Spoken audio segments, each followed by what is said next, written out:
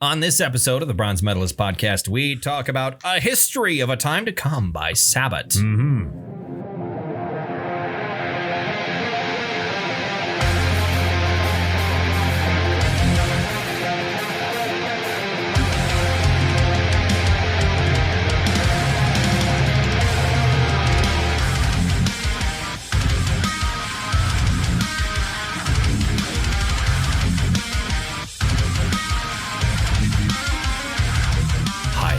Welcome to another episode of the Bronze Medalist podcast. I'm Kale. I'm OJ. We're two professional. You said you feel like you said OJ. You said OJ. I did. I said, like, as in our old coworker Candy always called me OJ, which is always confusing because half the time she was actually talking to our boss, and going, who's Jay. Oh, Jay. Exactly. So nobody knew who the hell she was talking to. We're two professional broadcasters. We like metal and we like to talk about it. It's been a weird week. It has been a weird week. I had 2 days off, just kind of sat around. I went hunting over the weekend. Got his deer. Got back on Sunday night. I got my deer, and it was a gory crime scene of a kill. I mean, the deer was dead when we found it, and and he continued to stab it with his buck knife. Yeah, over and over, screamking at it and crying and masturbating all at the same time. I pulled a Varg Vikernes. Yeah. And stabbed it 23 times and then stabbed it in the head for good measure. Because that's the thing you do when you're defending yourself. Exactly. But no, I got my deer. I like, if you're not the type that wants to listen to how a person kills an animal, then maybe skip forward here. Yeah, this part of the which I don't know why you're at the. But at a heavy metal podcast, if I don't want squeamish, there's I suppose there's some. Yeah, one of my favorite bands is made up of vegetarians. You know, actually, a lot of your favorite bands are vegetarians. There's a lot of vegetarian and vegan metal bands. Right, but that includes Carcass, and I wouldn't call them squeamish. That's true.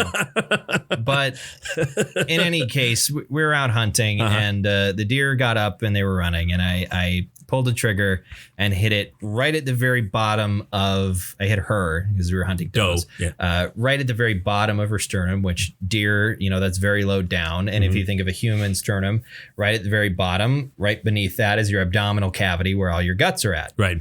So I hit right at the lowest point of the sternum, blew off, that lateral chunk because it was a pretty flat shot. Sure. Because there's a sac there.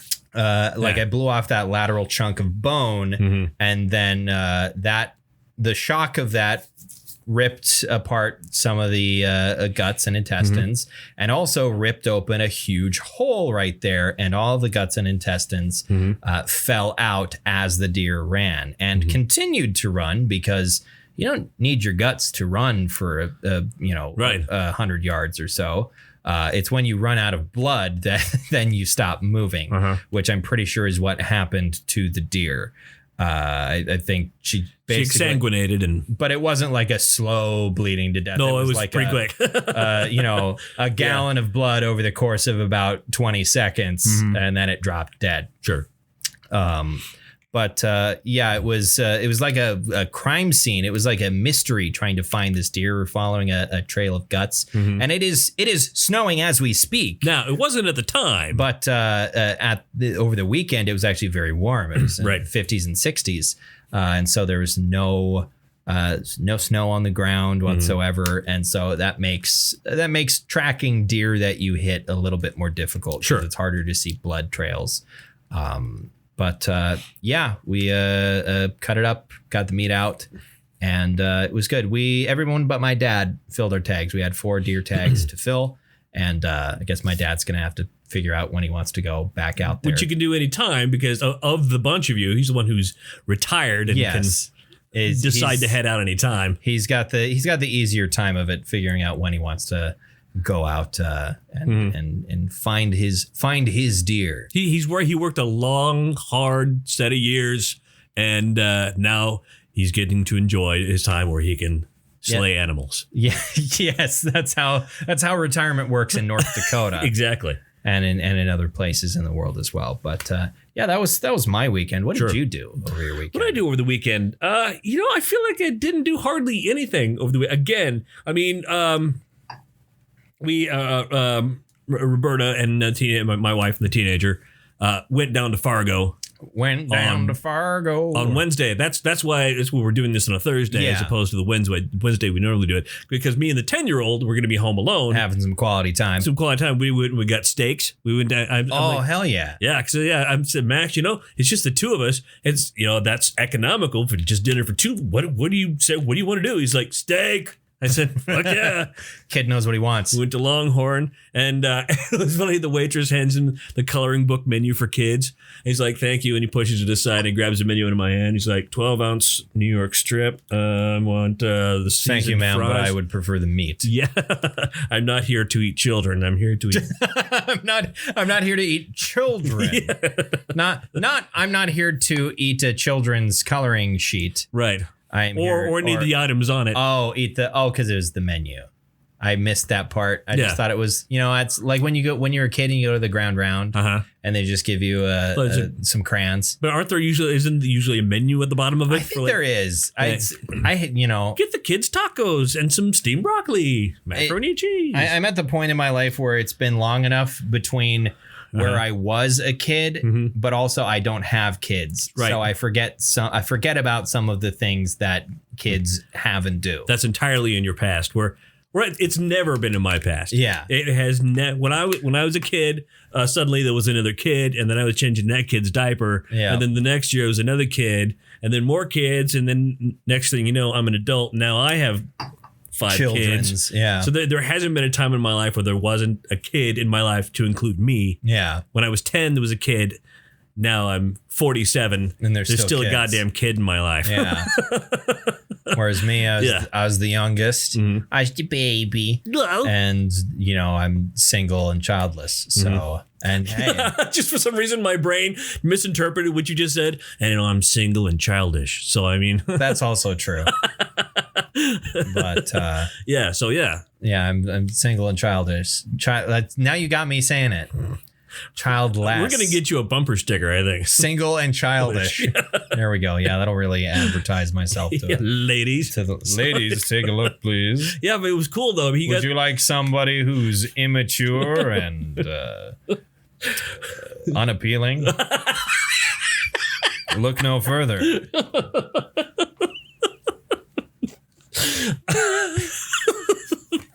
Put that in my Tinder bio. I'm a dopey drunkard who enjoys ice cream. Who doesn't like ice cream? Oh, nobody. You're right. There's nobody in that. And, unless you're severely lactose intolerant. Well, there are people who are severely lactose intolerant. They still love ice cream. Love ice cream. Brain. I had a thing in my brain. You had a thing in your brain? Might have been a worm. I had a worm. I don't know what theme for the day. It just seems. I don't remember what prompted it, but I was just you said something. I was just like, I got worms in my brain, Daddy. I got worms in my brain. My daddy says I got worms in my brain. It's just random. Sure. It's just a funny voice I decided to do. It's a great voice. It's how you doing. It's almost Matthew McConaughey, but it's but if Matthew McConaughey had severe brain damage or something, had some brain damage or something that happened, or is playing a weird bit part in like a Coen Brothers movie. just randomly showed up and just, is that Matthew McConaughey? What's he doing for this one scene? Sure. Matthew McConaughey's never been in a Coen Brothers movie. Has he not? I don't think he has. They kind of have a set list of actors they generally tend to go with. That is true, but I feel he's not one of them. I feel like Matthew McConaughey would work really well in a Coen Brothers movie.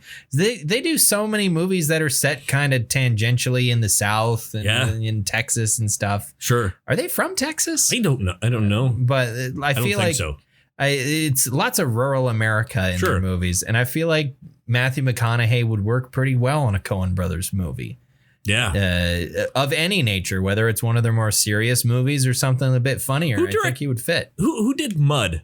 Whose movie was that? Oh, I don't remember who did Mud. That's a great movie, though. That is a great movie. It's a fantastic movie. Yeah. I watched Mud and Joe sequentially, which are two quite not super similar movies, but fairly similar movies. Also slang for coffee, both of them are. Yeah. And also they both star the kid actor is the same in both of them. Really? I don't remember. Tyler Sheridan? Tyler Perry? I think it might be Ty Sheridan. Yeah, it was Tyler Perry playing a kid. I think his name is Ty Sheridan. He's a versatile actor. Yes, it's Ty Sheridan. It is Ty Sheridan? This kid.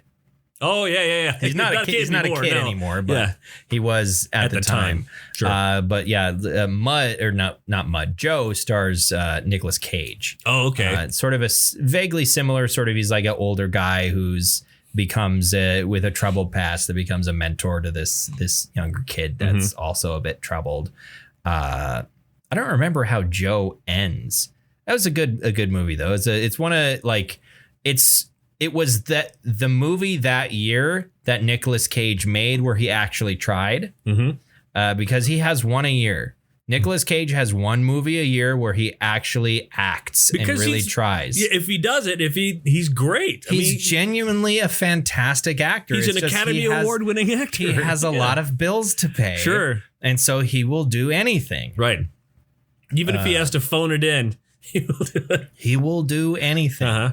It's like I still need to see Pig. I feel like because I've heard nothing but good things about Pig. And also like so many people watched the trailer and was like, oh, it's like John Wick, but with a pig. It absolutely is not John Wick with a pig. It is not an action movie, despite the fact that so many promotional pictures show him with a completely busted up face. There's like one scene that involves any kind of violence at all. And it is only tangentially related to him finding his pig. Sure. He doesn't go on any kind of shooting spree or anything like that. He's just a very sad man who wants his truffle pig back. That's the plot of the film. Right. It's his livelihood.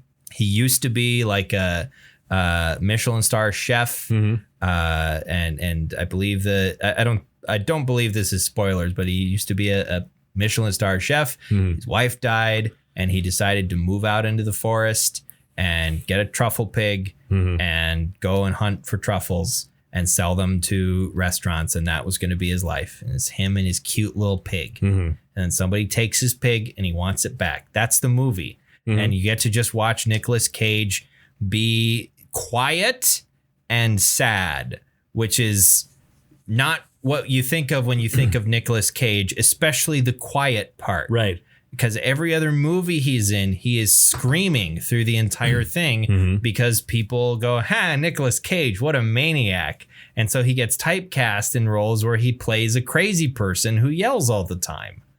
Early in his career, he never did that. He never played a crazy person that yelled all the time. Right, Peggy Sue got married early in his career. Raising Arizona. I mean, he raised his voice a bit, like once, but other than that, no. It has become like part of the zeitgeist of Nicolas Cage that he himself is crazy and that he really shines when he plays crazy roles where he yells constantly. But this, he just gets to be quiet and just everything gets to be in his face and in his eyes. And I need to watch it because I've heard lots of good things about it. How is he related to the family? To the rest of the Coppola families? His mom was a Coppola. His mom was a Coppola? I believe that's her maiden name was. I don't remember which one. I feel like he's the first cousin of Talia Shire. I don't know who that is. Talia Shire? Yeah. Oh God.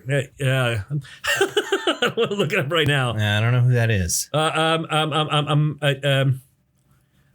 blanking it. I said that and then I'm okay. Yeah, I spelled it wrong at first. Talia Shire. Okay, she looks vaguely familiar. Why is there a picture of Stallone here? Because she was. She played Adrian Balboa. In Rocky, and she's also. Well, her original last name was Coppola. Yeah. Okay. She's the mother of Jason Schwartzman. Yes, I didn't know that. Is. Okay. Her brother was Francis Ford Coppola. Okay. Nicolas Cage is her nephew. Right. Okay. Yeah. But yeah.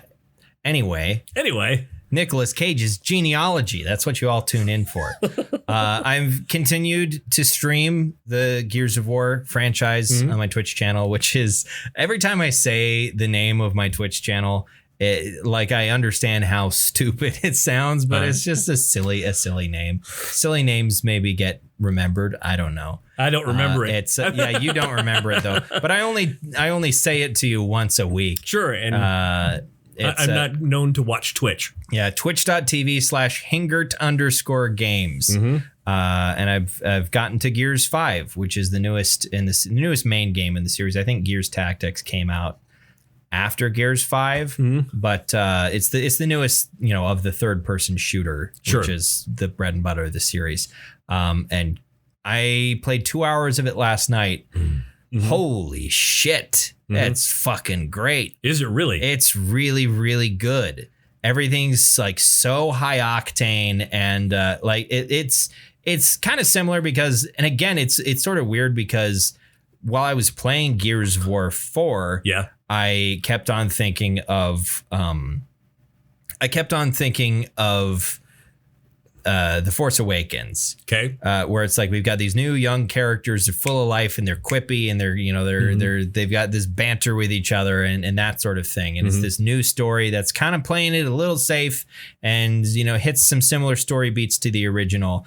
And Gears 5 is kind of similar to Gears of War 2 in the sense that like the original Gears of War was kind of small in scale.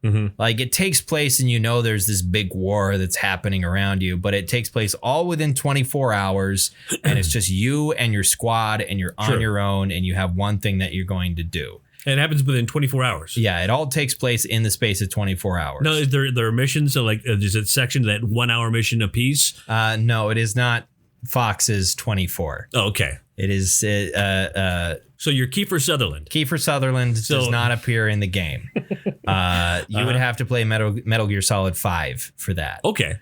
Where he, for whatever reason, took the role of Snake in Metal Gear Solid 5 instead of David Hayter, which was bizarre. Weird. But who played him in every other game up to Metal Gear Solid 5. But in any case. From Saturday Night Live, David Hayter. Yeah, David Hayter from Saturday Night Live. But Gears 5 is kind of similar to Gears of War 2 in the sense that they both up the scale because Gears 4, again, takes place within 24 hours. It's you and your buddies, and you've got one thing that you're going to do. Protect the president. Yes, protect the president of the United States, and there's probably Russians and nukes involved. Terrible. But it's all within 24 hours. You got one thing that you got to go and do. And then Gears 5, like Gears of War 2, opens it up to be like, okay, now we're going to zoom the camera back and this whole big thing is happening. And we're going to throw you into these massive action set pieces. Sweet. And it's also such a gorgeous game. It's so beautiful. Every frame's like a fucking painting. Nice. All the guns are super cool. And that's always been a thing with Gears of War. The main assault rifle has a fucking chainsaw attached to it. Nice. So it's not realistic. No. But it's hella fun. It's extremely fun. Yeah. And there's a new version of the Lancer that has a grenade launcher attached to it, which you would think like, that sounds pretty mundane. A gun with a grenade launcher. That's, that's very realistic technology. Every gun has that. The difference with this, though, is that the grenade fires up straight up into the air and then arcs towards the target and then splits into a whole bunch of cluster bombs that rain down. So it's more like a cluster mortar. Sure. And it's like, I picked it up, I was like, oh, it's a Lancer with a grenade launcher, whatever. And then I launched it for the first time. I was like, what? Okay. Because they knew, they're like, we can't have this just be a normal grenade. That's boring. Right. And even their normal grenades in the game are bolo grenades that you unchain and they dangle and then you spin them and wind up and throw them. Like even their normal grenades are bonkers. And like all of the male characters are the size of a fucking refrigerator. Of course. And like, there's since Gears of War 3, they've also included quite a lot of female characters that play. They all tend to be quite a bit more slim in sort of World of Warcraft fashion, where the men are all the size of a goddamn rhinoceros, right? And the women are all tiny. Like there's a scene at the end of Gears of War 3 where Anya, who has been like Marcus's sort of unsaid love interest, like puts her hand in Marcus's hand. Aww. And his hand is gigantic and her hand is teeny tiny. Sure. Just like little dainty baby hands and this giant, like insane mitt that Marcus has. Like Andre the Giant holding a Barbie. Yes, yeah. It's like that. It's like, and that's an art style that they've maintained throughout the series. Sure. And hey, you know, stick with what's recognizable, but it's funny. And not to say it's like, okay, the ladies are all, you know, the slight and small compared to the men, but like ostensibly the main character of Gears 5 is Kate Diaz. You get to play as the main character, female for the first time, and she kicks an insane amount of ass. Sure. So like, there's that element to it, but yeah, the dudes are all just like insanely roided out and huge. And it's all third person. It's all third person or third person over the shoulder. And it's kind of funny because the first game was sort of an unexpected like hit that Epic, because like Epic Games, who now is known for Fortnite, because like the team that made Unreal Tournament and Gears of War and all those games is no longer at Epic Games these days. None of those people are still around. But they basically made it as a tech demo for their new version of Unreal Engine. Like they made Gears of War as like a tech demo, basically. And then it just ended up being really popular. And they're like, well, I guess this is our new flagship series. And it sort of expanded from there. But because like in 2006, there weren't a lot of third person over the shoulder shooters. Like Resident Evil 4 kind of kicked off the trend of third person shooters instead of just like the, you know, previous Resident Evil games where you had the static camera as you moved around and the camera didn't follow you. But anyway, that's enough about video games. They don't have enough second person shooters, I think. Second person. That's what they need is a second person shooter. I mean, I kind of feel like, I mean, if you would call anything a second person camera, I feel like it is that like old school Resident Evil style camera where you are not following your character, so to speak. The camera's not attached to your character. It's up in a static position somewhere in the scene as your character moves through it. Sure. You know, you could perhaps consider that a second person perspective from a video game standpoint rather than the literary standpoint, which I can never remember what qualifies as second person in a literary sense. I would think in this sense, first person, obviously you're looking through the eyes of the lots of character. I statements. I think a second person shooter would be from the eyes of the person being shot. That would be so difficult to control. It would be way difficult. That would be extremely hard. I can see there has to be some sort of like indie art game that has done that, where you control your character through the eyes of the enemies you're trying to shoot. Like that, I do not know how you would make that, but I am certain somebody has done it, and you can probably find it on Steam. I'm certain it exists, but I have no fucking idea how you would do it. And I'm almost certain it would not be fun. It would be like you would play 15 minutes of it and go like, I'm done. I get it. Yeah. This is neat, but it's not fun, so I'm not going to play it. I appreciate this as a conceptual art piece. Yeah. However, I'm not going to go back and play more of this because it isn't fun. Oh, speaking of conceptual art, did I tell you what Max and I did last night after we ate steaks? You watched a movie, didn't you? Yeah. What did you watch again? So tonight we're sitting at the dinner table and Roberta's saying, well, Max, what'd you do yesterday? What'd you do with your dad? And he says, we went and ate steaks and we watched something Cop. I don't remember what the name of it was. Oh yeah, you watched Hollywood Cop. No, Beverly Hills. I got confused for a second because there's Beverly Hills Cop. Yeah. Hollywood Cop is a movie made by the same person who made Samurai Cop. Oh, yeah. Isn't that like the sequel? It's a spiritual prequel to Samurai Cop. It was made and came out before Samurai Cop and is in many ways a more competent film. It's still not awful, saying a lot, yeah. but it is more competent in ways that make it less funny. than Samurai Cop, but you watched Beverly Hills Cop, which is a fantastic movie. I saw it with my dad when I was 10, when it was brand new in theaters.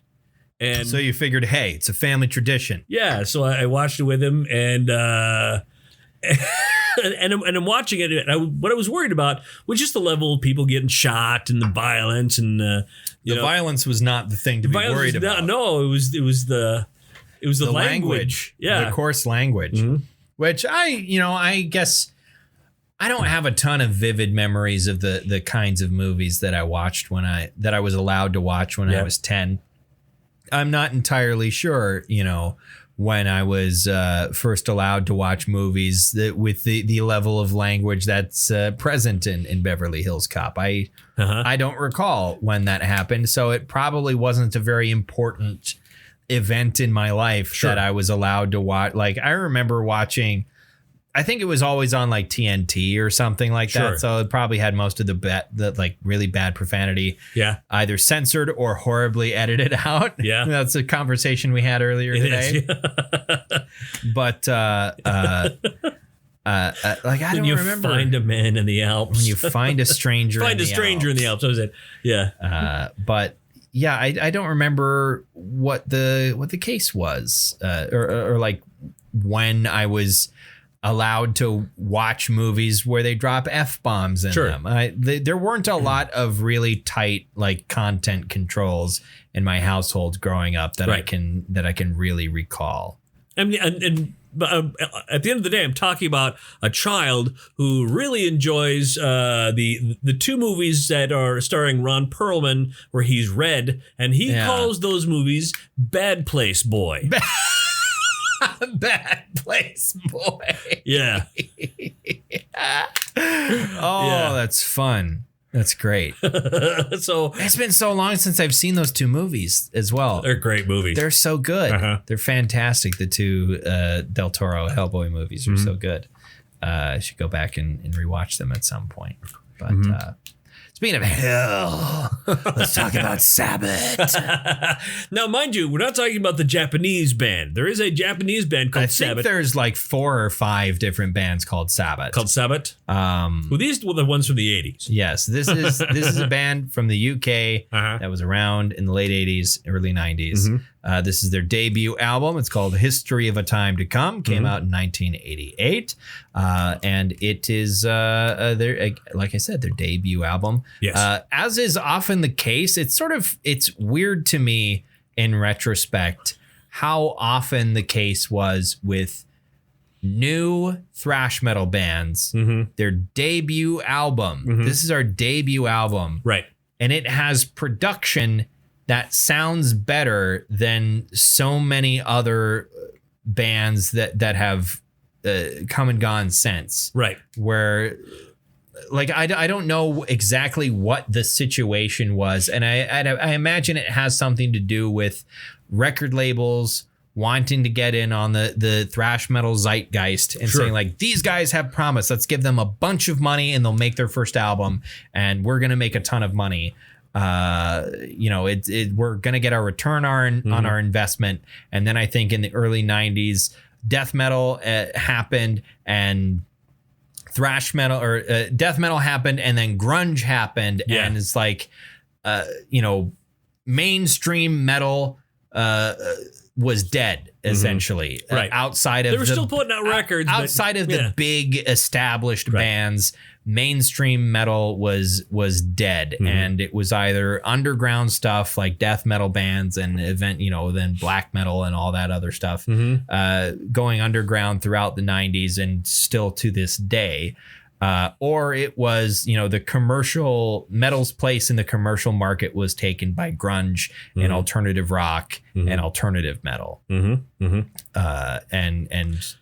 like more extreme stuff like this didn't get priority from record labels, and they didn't throw a bunch of money at a new band and say, make us an album. Right. This existed in a small window of opportunity. I think it also had something to do with the fact that the members of this band, at least a couple of them, were extremely competent studio artists who knew what they were doing. Right. You can, you can save some money. Like, I think that is really a big deal that some people don't quite understand how much money you can save making an album. Oh, yeah. If you know what you're doing. Mm-hmm. Like, oh, yeah. I know at least one guy who's made lots of albums. And I'm like, dude, what is your studio setup? He's like, iPhone. I'm like, you did this on a fucking iPhone? Yeah. Yeah. It sounds amazing. But even like in a more traditional studio space, sure, just knowing what you're doing, knowing how the recording process works, understanding how the equipment works, how long things are going to take to set up, how you can help set them up, all those little nitty gritty things that take up time. Right. Understanding that those processes need to happen and understanding what you can do to speed them up, I think can save you a lot of money and a lot of time. A lot of heartache. Probably end up with a better product as a result of it. I always think of Architects when they made Lost Forever or Lost Together, Lost Forever. When they made that album, they came into the studio in Gothenburg with every song of theirs. Are they Swedish? No, they're British, but they recorded it with Frederick, whatever. Nietzsche. Yeah, Frederick Nietzsche. The basically the studio that's responsible for the Gothenburg sound. Yeah. Those guys. They recorded it there, but they came into the studio with all of their songs fully demoed. Sure. Like every member of the band had all their tracks and they'd mixed it down and recorded a demo, a full demo for every single song, and had rehearsed for weeks before they went into the studio. And you compare that with like so many, you hear stories of like rock bands in the 70s going into the studio to make an album with no fucking idea what they wanted to do whatsoever. That is mind-boggling to me. But they also got given an endless amount of cash. Right. And just so much time. Like Queen. You ever hear about the stories about them, going, they're in a barn for a year. They didn't have anything written before they sat down to record. And they came out of it with something that's, legendary. Fixed in the the memory of time social forever. Consciousness for the rest of linear time. And I think Led Zeppelin is kind of the same way. Like the lyrics for Stairway to Heaven, they came up with that shit on the spot. Like people read so much like super deep into lyrics. No, they just, hey, that sounds kind of neat. Dude, there's a bustle in my hedgerow. It's like, no, we just came up with that on the spot. Like you can, find whatever meaning you want. Right. And it's valid for you, but it didn't really mean anything in particular to us when we wrote it. And it kind of seemed like they ripped off the music from another song, but yeah. But what's the one that people remember? Led Zeppelin, People remember Stairway to Heaven. But Sabbath. Sabbath. I didn't read a whole lot about the history of the band. I was hoping maybe you could fill me in a little bit more. I don't know as much because, first of all, I think I brought this up on the podcast several times. Whereas you and your learning about music and stuff like that could go, let me look that up. I didn't have those resources. That's true. Growing up, and I've since, this is sort of something I revisit now and then, but not something I research now, which I probably should have, knowing we were going to do this today. But whatever. It's been a weird week. We established that. I didn't know. I mean, as far as my history goes, I was in 1988, and I had actually it wasn't 19. This wasn't the first album. Dreamweaver, their second album, came out, and my buddy Basho, everybody's favorite website building software, Dreamweaver, exactly, and also everybody loves the song Dreamweaver. Anyway, I got this album and that album on two different sides of a cassette. Nice. And I wore the hell out of it. I'm like, this is great. I love this.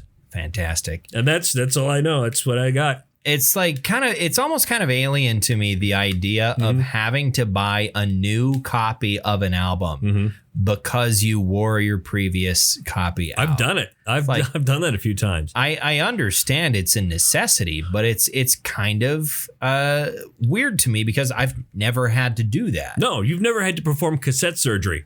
There are some, like when I was when I was a kid, and when I was using when I was playing Cocaine. video. When I was using cocaine as a kid. No, when I was playing video games that actually relied on a physical disc. Right. There were I think my PS2 disc for the original Star Wars Battlefront, and probably I have that too. Star Wars Battlefront 2. I have that too. The PS2 disc for those games, I think were so terribly scratched up that I would have problems with them. But it was never to the point where I needed a new copy of them, but it got close. And I think there was on PC, which one of the things that I am so sad about whenever I think about it is there's a PC game called Battle for Middle-earth 2, which is a Lord of the Rings real-time strategy game. For what version of Windows? It was... So I feel like I have PC games, and if I tried to put them on a newer machine like a Windows 10 or above, there's no fucking way it's going to play. That is a problem. Yeah. Unless it is a game that if it has a Steam page, sometimes they have like developers have continued to update them to allow them to work on newer machines. 'Cause I would like to go back and play the original StarCraft. I love that. There are, I think StarCraft you can still do Probably because work that is continued to be have enduring popularity with certain circles. But I was curious about playing Star Wars Republic Commando a couple months ago, but apparently on Windows 10 it is basically unplayable. And if you're not the sort of person who knows computers, you're not going to be able to. Why you keep looking at my beer? I'm not looking at your beer. You keep on looking back and forth at me and something else. I'm confused. What are you doing? What are you looking at? Stop. Do you want a beer? Yeah. You want just fucking say something. God. The beer, the box of beer was out of his reach. Right. And so instead of doing the adult thing and saying, hey, could I have another beer? I was doing something scientific there. I was saying you were seeing if I could understand. I was seeing if is he gonna go, oh, would you like another beer? Or I'm going to punch you in the fucking face if you don't stop doing that. And it was going to go one of the two ways. And I think we found out what way it was going. But no, I wanted to play Star Wars Republic Commando, and it's you apparently need to do some work to get it to play. But really? Battle for Middle-earth 2 is apparently playable. Yeah. But only if you can find. There are digital copies. I think you can find. Okay, you can pirate it essentially. Sure. Okay. Which I don't trust myself to do, even if moral problems aside, I don't trust myself to do that safely without ruining my computer somehow. Sure. Inviting viruses or Trojans, things like that. But on the other side, new physical copies of that game are $200. Holy crap. And EA, which was the publisher, has apparently has no intention. I think the biggest problem with it is they lost their license to Tolkien properties. Sure. And so reproductions of the game, you can't do, you can't find, they don't have a license to distribute digital copies of it anymore. And when it came out, Steam was not a thing. But I still have physical copies of it, I think, but it requires new product keys. Oh. Because PC games. Sure. And also the discs for that, which is what got us on this tangent. The discs for that are so extremely scratched up from me playing it constantly on my parents' extremely under-equipped PC. And I think the disk drive in that PC, there was maybe a knife attached to the optical laser. Sure. Because it ate discs. The sounds that disk drive made when you put a disc in it it was concerning. Right. But I need a new computer, by the way. I don't have a disk drive now. Oh, really? This machine doesn't have absolutely not. They don't. They do not make built-in disk drives. So you can get an external. You can, yeah, a lot, most new PCs. at least especially gaming PCs, you will not find an attached disk drive. You can get an external, and they're pretty cheap. Sure. They're it's like $20. You'll get an external disk drive that plugs in via a USB, sure, and you're good to go. I wonder, like a lot of those games, can you just load them off the disc, or do they need to have the disc in to play? I don't know enough. I don't know enough. Right. Sabbath. An English thrash metal band from the 1980s and 90s. Thrash metal band. Does this album slap? Yes, it slaps. History of a Time to Come.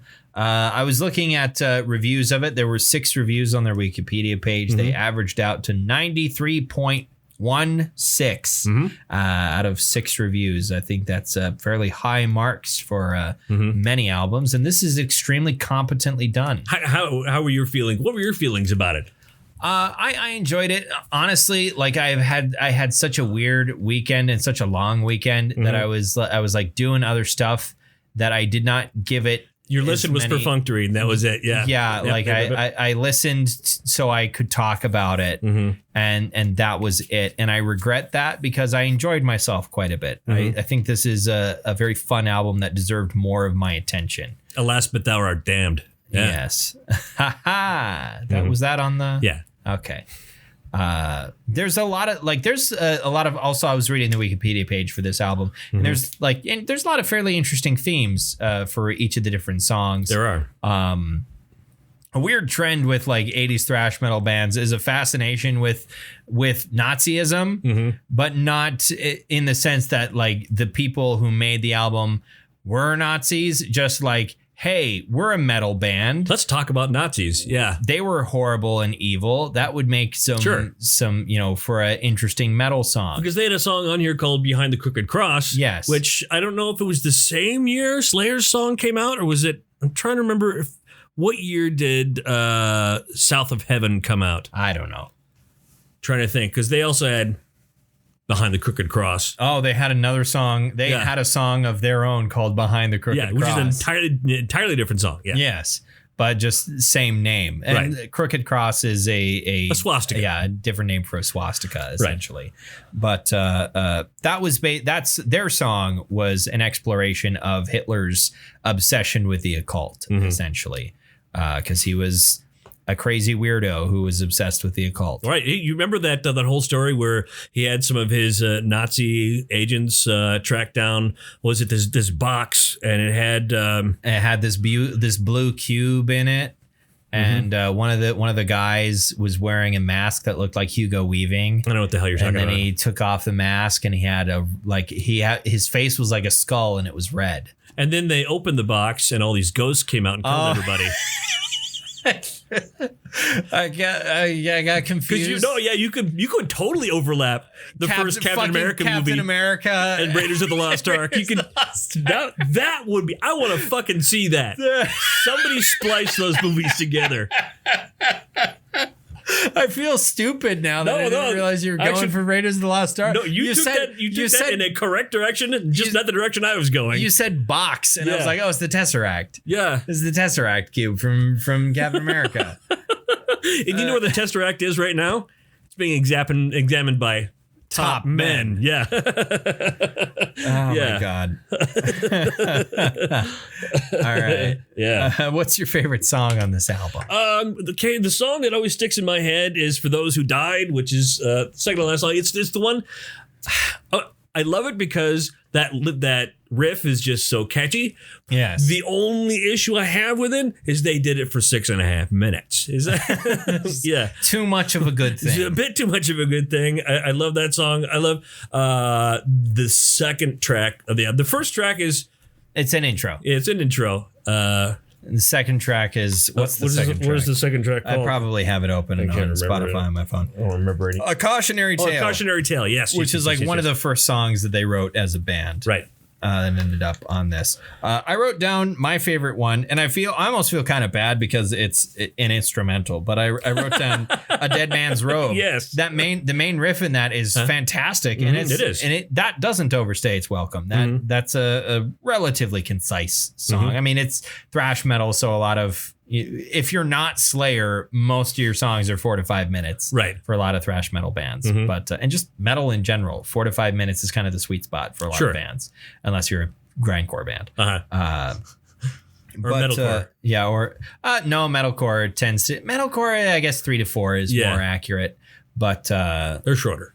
Yeah, a little bit. 2:30 to 4. Not a lot of meandering solos in metalcore. That's true. Yeah. More breakdowns, less solos. Essentially, is how that goes. But yeah, I wrote down a Dead Man's Robe. Sure. For just because it's great. But there's nothing wrong with Martin Walker's vocals. Right. It's one of those things that's like so clearly like sort of later period thrash metal where it's like this may as well be early death metal vocals. Yeah. It's you could imagine Chuck Schuldiner doing that essentially. It's not terribly oddly dissimilar. Only in later death metal or later death albums. Yeah, when he went up into his higher register for that, but like it's not horror. They're screamed vocals. They're it's not even like Slayer yelled vocals. It's like there's a lot of grit in this. This is basically screamed vocals that you don't hear that style in a lot of earlier thrash metal albums where you would call them yelled essentially. Not a ton outside of like the solos and stuff. Not a ton of melody on this album, which I kind of wanted to hear a little more melody. You thought it would have fit better? Maybe. I don't know. Sure. It's something I crave from thrash metal is like on occasion. Right. Give me some melody in there. I'd like to hear a little bit of melody. And that's just so many of the albums that I listen, like bands and albums I listen to is something to wet the palate a little bit and freshen to refresh a little bit. There's a lot of albums I like that include, go back and forth between something that's extremely brutal and also, include. Give me some melody. Includes a little bit of melody every once in a while. I'm trying to figure out what we'll talk more in a bit about. I don't know what I want to listen to next week, but Andy Sneap, by the way, I don't know if you know the guitarist here, went on to replace KK Downing in Judas Priest. Okay, there we go. I knew he also was a producer as well, right? Yeah, he's produced a ton of different albums. A shit ton of. I knew I recognized his name. Yeah. What metal are you bestowing? Bestowing? What bespoke metal? I give this a very, very high. Like Maz Kanata to Chewbacca, don't you dare interrupt me before I say that. It's important. Are you done? I'm done. I give it a high silver. A high silver. A high ho silver. I agree with you. Yeah. That opinion may have changed if I had given this more than a few listen-throughs, or maybe it didn't. But you would enjoy. I recommend listening to it again when you're not. When you're not having a weird time. Yeah, you're not having a conflicted owliness inside your head. Yeah. Yeah. I should give this a little bit more. I should go back and listen to it, but I enjoyed the time that I spent with it. I thought it was fun. So next week, I don't know. You don't know what I want to do. So there's a couple new albums that are out that I'm interested in talking about. Yeah, there's one album that you and I think maybe have some differing opinions on. Yeah, and that wasn't one of my main. That wasn't one of my main contenders for this week. Okay, there's a new what you're talking about is a new Mastodon album out. Which that deserves to be talked about, and we only have so many more weeks left in November to talk about it before we get into Death Metal December. So there's some stuff there's one thing that I want to talk about that probably belongs in Death Metal's December. Yeah, that's another new album. It's the new Rivers of Nile album. Oh, heck yeah. That probably belongs in Death Metal December. Down with that. I want to bring Pungent Stench, by the way. Pungent Stench. Because I want you to listen to that. I feel like I need to poison your mind with that. Okay. That's a weird way of putting it, but all right. One of the other things that I listened to a couple songs of it yesterday. Yeah. And I feel like maybe it would be an interesting listen because it's a band that I have not listened to a lot. They have a reputation for being a a good band that people enjoy, but it's one that I never really hit it off with. And their style has sort of shifted, especially in their last 3 albums, to be something that I'm tangentially more interested in theory. It's Whitechapel. Oh, okay. They have a new album called Kin that came out, and I listened to a couple songs. I was like, oh, this is kind of interesting. This is kind of neat. So Whitechapel is a deathcore band. You can still basically call them a deathcore band, but their style has shifted from like much more like classic brutal death metal tinged deathcore with Phil Bozeman's just insanely intense vocals to being something more along the lines of what you might call a melodic deathcore or even progressive deathcore at times. And Phil Bozeman has started doing in their last 3 albums clean vocals every once in a while. And I think maybe it's something that deserves to be talked about. It's new. It came out late in October, and I haven't given Whitechapel really the time of day. I never have. They've been around for quite a while.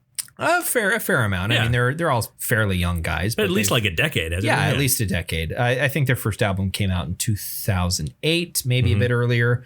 But so I think next week we'll talk about Kin by Whitechapel. I'm down. All right. So if I might force you to bring the Mastodon album at some point, if you want to talk about it, you can bring it. But okay. I've got other things on my mind at the moment. But it's something that maybe we have differing opinions on. We'll find out. I want to listen to the whole thing. I haven't listened to the whole thing yet. Neither have I. So maybe the initial feelings I got from it would change. But until you listen to us next week, hopefully you'll listen to us next week. You can find us on Facebook and on Twitter, Bronze Medalist Podcast. Just search for it. We'll be there. Yamo be there. Just search for it and we'll be there. You can find us on your Apple Podcast app and subscribe to our feed there. Otherwise, go to your Google Play Store, download the podcast source from Libsyn if you want to listen to us on your phone. Sure. Take us with you wherever you go in the world. Okay. Thank you again for listening to the Bronze Medalist Podcast. I'm Ken. I'm OJ. Congratulations.